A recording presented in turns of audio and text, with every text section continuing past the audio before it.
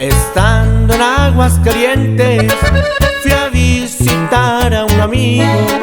Tuve en mis manos un arma llamada cuerno de chivo. Sus ráfagas son malditas, no hay hombre que quede vivo.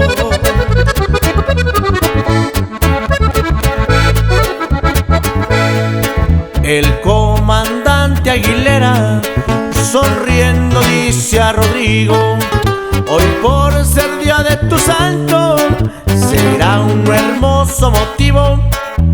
Hoy vine a hacerte un regalo, te traigo un cuerno de chivo.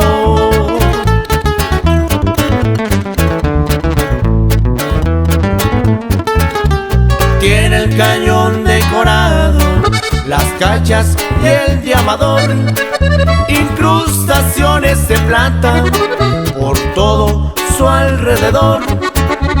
Es el arma que merece un hombre que se valor. Y así suenan los efectivos.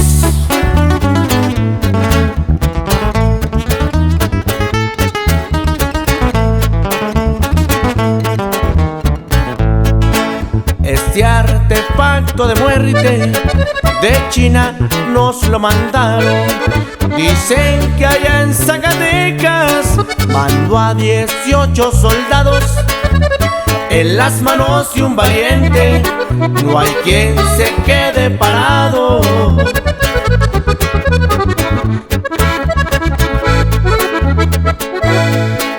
Un arma de conexión por todos muy codiciada. En la punta del cañón también es lanzagranadas. A otros 5 mandó a la región de la nada.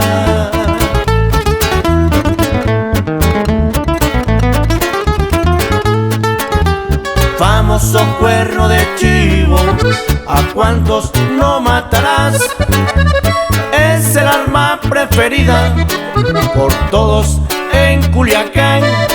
Si aquí no nos encontramos, nos vemos en Mazatlán.